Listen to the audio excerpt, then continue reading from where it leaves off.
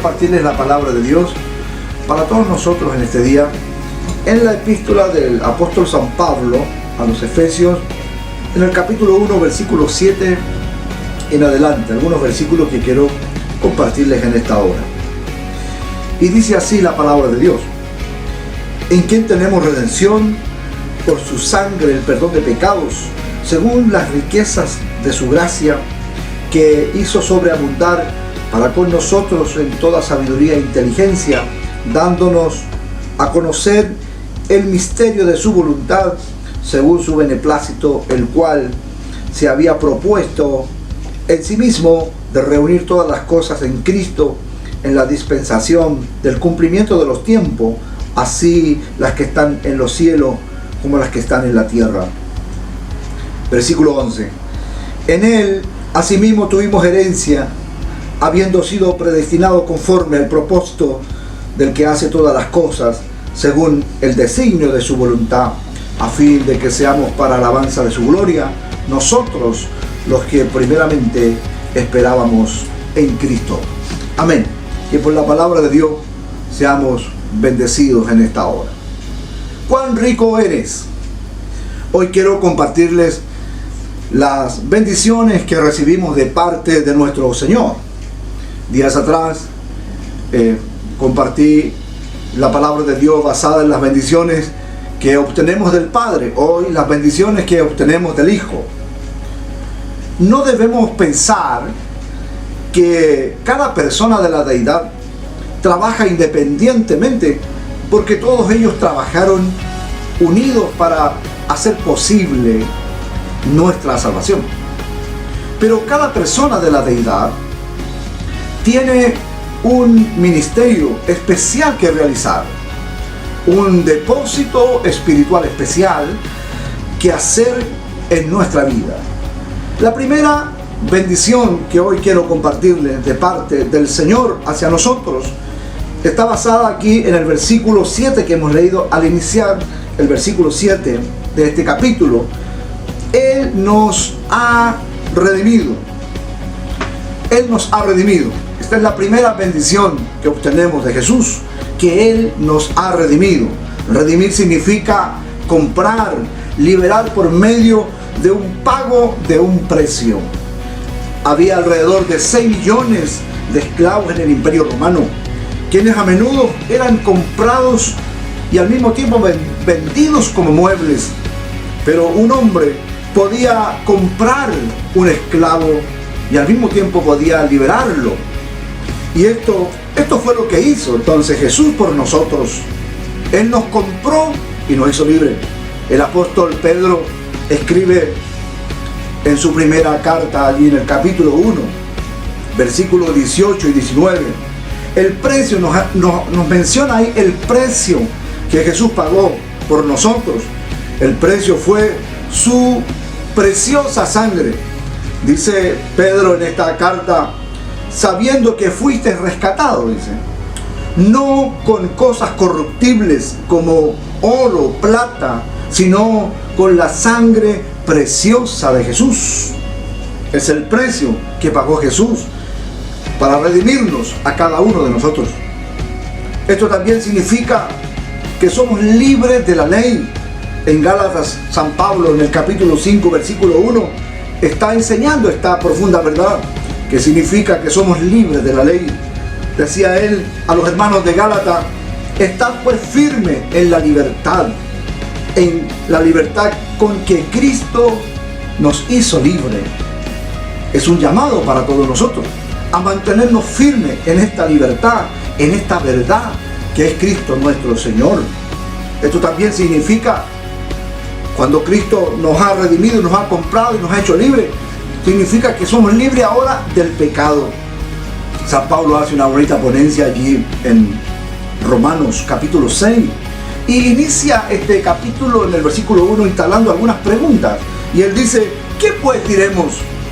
¿Perseveraremos en el pecado para que la gracia abunde? Y responde él en el versículo siguiente: de ninguna manera. Entonces Cristo nos redimió, nos rescató, nos liberó y pagó por nosotros y nos hizo libres del pecado. también nos hizo libre del poder de Satanás y del mundo. Así lo menciona San Pablo en el primer capítulo de Gálatas 1, versículo 4, diciendo él que Cristo se regaló, se dio a sí mismo por nuestros pecados para librarnos. Ahora, si fuéramos esclavos, nosotros seríamos pobres. Pero como Cristo nos hizo libre y ahora nos instaló en la familia de Dios, como hijos de Dios nos hizo libre, entonces somos ricos. Gracias al Señor por esa bendición, por esa riqueza que Él nos ha regalado. La segunda bendición que quiero hoy compartirles está basada también en el versículo 7 de este mismo capítulo.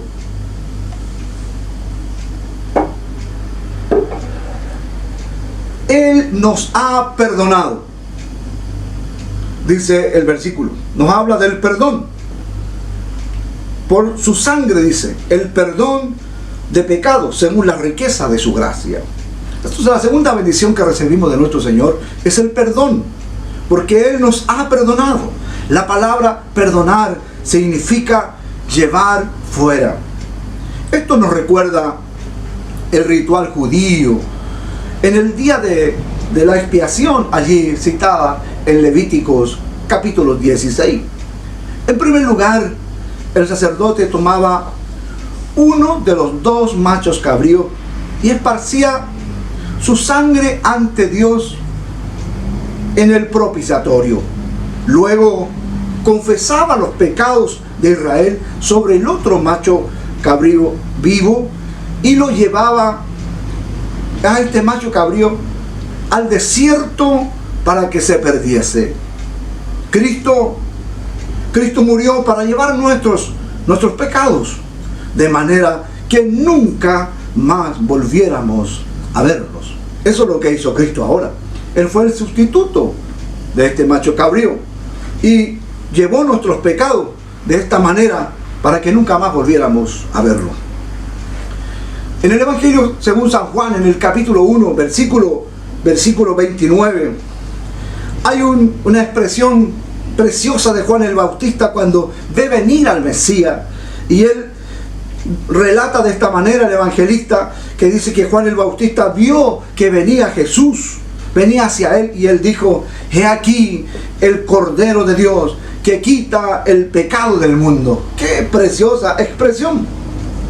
También el salmista, ahí en el Salmo 103, versículo 12, también nos está enseñando, y referente a esta distancia que se produce entre el pecado y nosotros. Dice: cuán lejos el oriente del occidente hizo alejar de nosotros nuestras rebeliones. Gracias al Señor por esa libertad que Él nos ha hecho libre del pecado. Entonces, de ninguna manera entonces podría aparecer alguna acusación escrita o que se levante contra nosotros. Entonces no hay alguna acusación ahora que se pueda levantar contra nosotros, porque nuestros pecados han sido quitados por nuestro Señor. El pecado nos ha empobrecido, pero la gracia de Dios nos ha enriquecido. La tercera bendición que recibimos de parte del Señor, que hoy quiero compartirles, está basada aquí en los versículos 8 al 10, que Él nos ha revelado la voluntad de Dios. Jesús, nuestro Señor, nos ha revelado ahora la voluntad de Dios. Esta carta que tenemos acá, que estamos leyendo y le hemos venido compartiendo, que también se las recomiendo por favor a seguir leyéndola, escudriñando esta epístola del apóstol San Pablo a los hermanos de Éfeso. Esta carta tiene mucho que decir acerca del plan de Dios para su pueblo. Un plan que no fue plenamente comprendido ni siquiera en la época del apóstol Pablo. La palabra misterio que aparece aquí en el versículo 9 dice dándonos a conocer el misterio.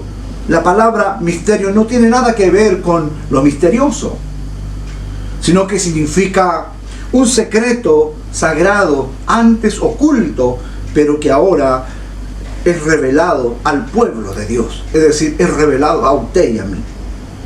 Nosotros sus hijos, los redimidos por la bendita y poderosa sangre de Jesús.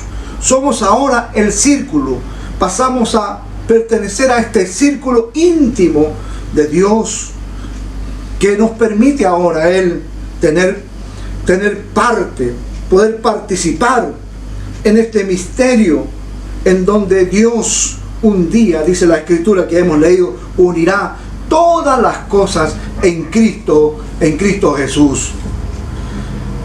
Desde que el pecado entró en el mundo, como lo conocemos bajo la Escritura, desde que el pecado entró en el mundo, las cosas se han ido echando a perder. En primer lugar, el hombre se separó de Dios. En el Génesis capítulo 3 se nos menciona cómo se produce toda esta separación del hombre con Dios por la desobediencia.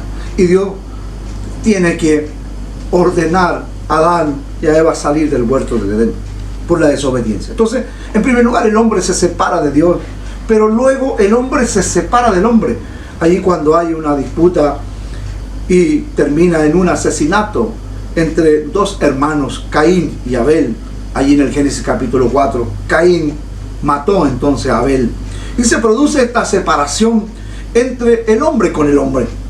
La gente trató de mantener cierta unidad por medio de la construcción de la Torre de Babel.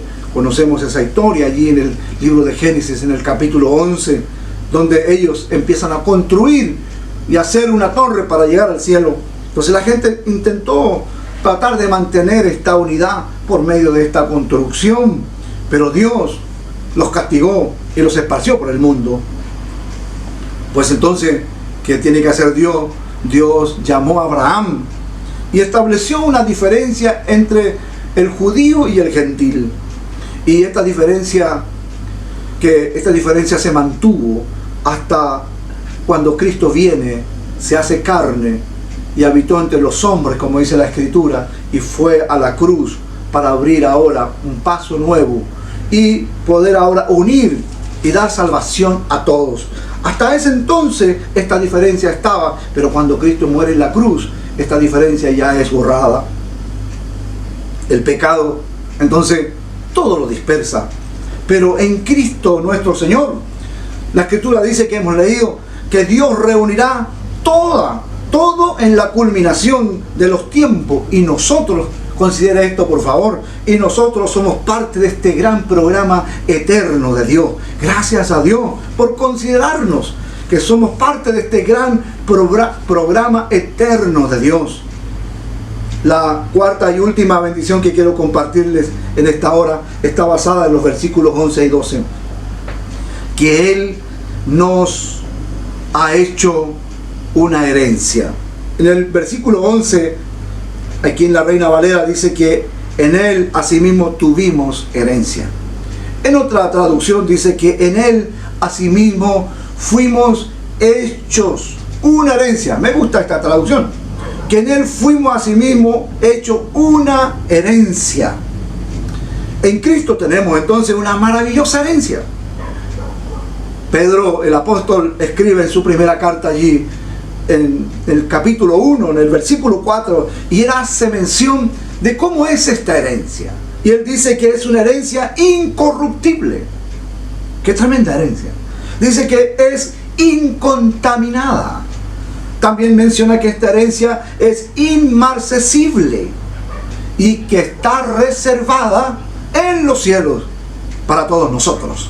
Espero que esto le produzca mucho gozo, mucha alegría, saber que tiene una herencia. A veces la gente se pelea por las herencias, o espera, añora una herencia, y sufre por no tenerla. Pero quiero invitarlo a que tenga gozo y alegría en esta hora, por la gran herencia que tenemos en Cristo Jesús. Por eso partí esta reflexión diciéndole que somos ricos. Tenemos esta herencia que está guardada. Nadie va a robarla. Nadie va a quitarla. Nadie va a tomar la parte suya. La parte suya está asegurada. Dice el apóstol que es una herencia incorruptible, que es incontaminada, que no se puede contaminar. Inmarcesible, que está guardada, reservada en los cielos para todos nosotros. Gracias al Señor por este gran regalo que tienes para tu novia, para la esposa, para la iglesia. En Cristo entonces somos una herencia. Somos valiosos para Él. A veces hay personas que siguen tras Jesús y sufren mucho de depresiones y se sienten muy mal porque consideran que la sociedad o a veces la familia no los valora. No se sienten valiosos ante la sociedad y ante la familia. Muchas personas a veces, y sobre todo aquellas sin Cristo, llegan a quitarse la vida. Pero los que conocemos a Cristo entendemos el gran valor que Cristo el Señor nos ha dado. Somos valiosos para el Señor. Piense un minuto, por favor, en el precio que Jesús pagó para comprarnos. No fue un precio simple. Piense en un minuto en el precio que Jesús pagó por todos nosotros para hacernos ahora parte de la herencia de Él. Jesús es el regalo de amor del Padre hacia nosotros. Me gusta como lo menciona Juan allí en el capítulo 3, versículo 16, un texto tan conocido por todos nosotros, tan puesto en el corazón como difundido en nuestra boca, porque de tal manera amó Dios al mundo, que nos ha regalado a su precioso y único Hijo, dice, para que todo aquel que en Él cree no se pierda, sino que tenga vida eterna. Entonces Jesús es el regalo de amor del Padre hacia nosotros. Pero ahora nosotros, usted y yo, somos el regalo de amor del Padre hacia el Hijo. ¿Sabía eso usted? Que usted es un regalo. Usted y yo somos un regalo de amor del Padre hacia el Hijo. Santo es el nombre de Jesús. La Biblia dice ahí en el Evangelio de Juan, en el capítulo 17, cuando Jesús está orando y Él tiene estas expresiones y reconoce al Padre que nosotros, que es su iglesia, los redimidos por la sangre de Jesús, era el regalo de amor del Padre. Y Él hace mención muchas veces, varias veces ahí, los que me diste. Esta expresión. Quiero invitarlo a que mire ese capítulo de Juan 17 y va a encontrar repetidas veces ahí esta palabra, los que me diste. Así lo expresa Jesús ante el Padre, los que me diste. Nosotros, la iglesia, usted y yo que somos la iglesia de Jesús, nos convertimos en el cuerpo de Cristo. Pablo el apóstol aquí en este mismo capítulo, en los versículos 22 y 23, hace alusión a esta verdad, que somos el cuerpo, la plenitud de aquel que todo lo llena, dice. La iglesia es el cuerpo de Cristo. También hace manifiesto y pone la analogía de que somos el edificio. La iglesia es el edificio, dice. En el versículo 19 al 22 del capítulo 2 de esta misma carta. Y también él dice que somos la esposa de Cristo. Efesios capítulo 5, versículos 22 y 23. ¡Qué gran honra entonces! Somos el cuerpo, somos una construcción sólida, pero también somos la esposa de Él.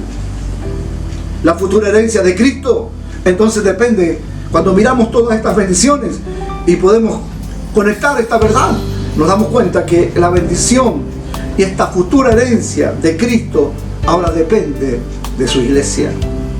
San Pablo enseñó a los hermanos de Roma, en Romanos 8, 17, diciendo que nosotros, la iglesia, somos coherederos con Cristo Jesús. Lo cual significa que Él no puede reclamar su herencia independientemente de nosotros. Porque somos coherederos, somos parte de esta herencia. Un día se nos repartirá esta herencia. Hoy día recibimos el favor de Dios, recibimos la misericordia de Dios, recibimos la gracia de Dios, recibimos el cuidado de Dios. Porque así oró Jesús, que fuéramos guardados, que fuéramos unidos, para que el mundo pudiera creer que el Padre lo había enviado. Era ese el ruego final de Jesús, agradeciendo a su Padre por este regalo de amor que ahora el Padre le estaba dando, que es la iglesia. Gracias, Señor, por esta bendición. Pero un día vamos a obtener el regalo o la herencia perfecta, el lugar, la designación en los cielos. Eso va a ocurrir un día, hermano. Quizás hoy día circulan muchos videos y a veces se asustan a las personas con diferentes cosas, que algunos piensan que ya estamos viviendo la época del anticristo, que la tribulación. No, la iglesia no va a sufrir eso. La iglesia será tomada antes que se manifieste ese gran dolor, pero que ese dolor va a venir a la humanidad, vendrá a la tierra. Son los dichos del Señor.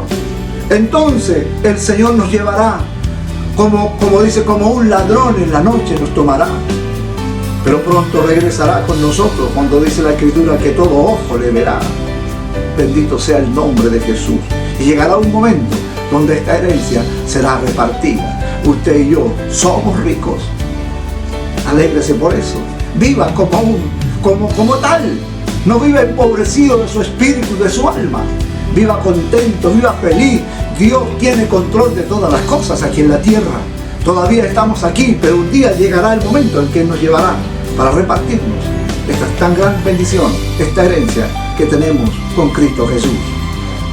Quiero concluir esta reflexión de esta hora. Espero que su corazón sienta ánimo, su vida sea bendecida. Cristo nos compró, Cristo nos redimió, Cristo nos hizo libres, Él nos ha perdonado, Él quitó el pecado para siempre, de una vez y para siempre, dice la Escritura. El pecado ya no tiene poder, no tiene dominio sobre nosotros. Él nos ha revelado la voluntad del Padre, para que seamos ahora parte de este programa bendito y eterno de Dios. Y nos ha hecho una herencia, un pueblo, una iglesia, una familia, un hijo de Dios bendecido, un hijo de Dios valioso para Él.